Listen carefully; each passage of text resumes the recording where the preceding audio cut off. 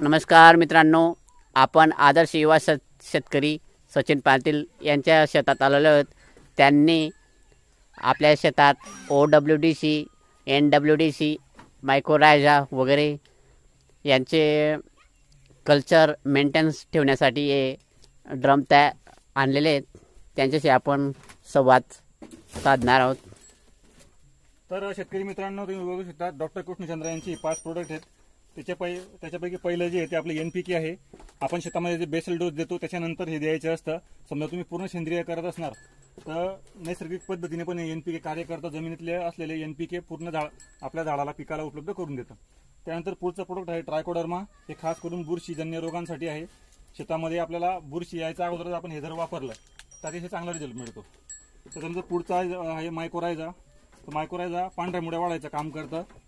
सर्व जागेवर पडलेलं अन्नद्रव्य पूर्ण झाडाला द्यायचं काम पांढऱ्या मुळ्या करतात। त्यानंतर NWDC आहे।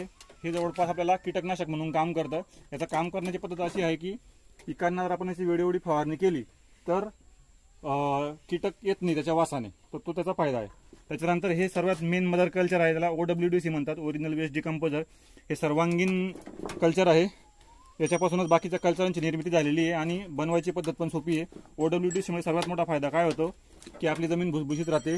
आपलं जे पीक लावतो त्याचे पानांची साईज वाढते, फळाचा आकार वाढतो आणि वजन धरतो माल। हे सर्वात मोठा फायदा आहे। आणि जे फळ पीक असतं त्याचा आकार वाढल्यामुळे केळी असेल तर केळीचं वाढी चांगली वाढते। असे आपल्याला हे रिझल्ट बघायला मिळतात। बनवायची पद्धत पण त्याची सोपी आहे। 200 लिटर पाण्याला।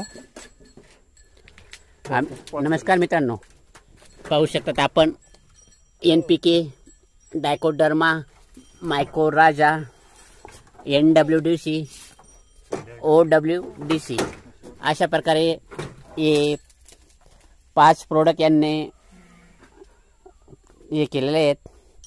मदर कल्चर म्हणून बाजूला ड्रम मध्ये ठेवलेले आहेत।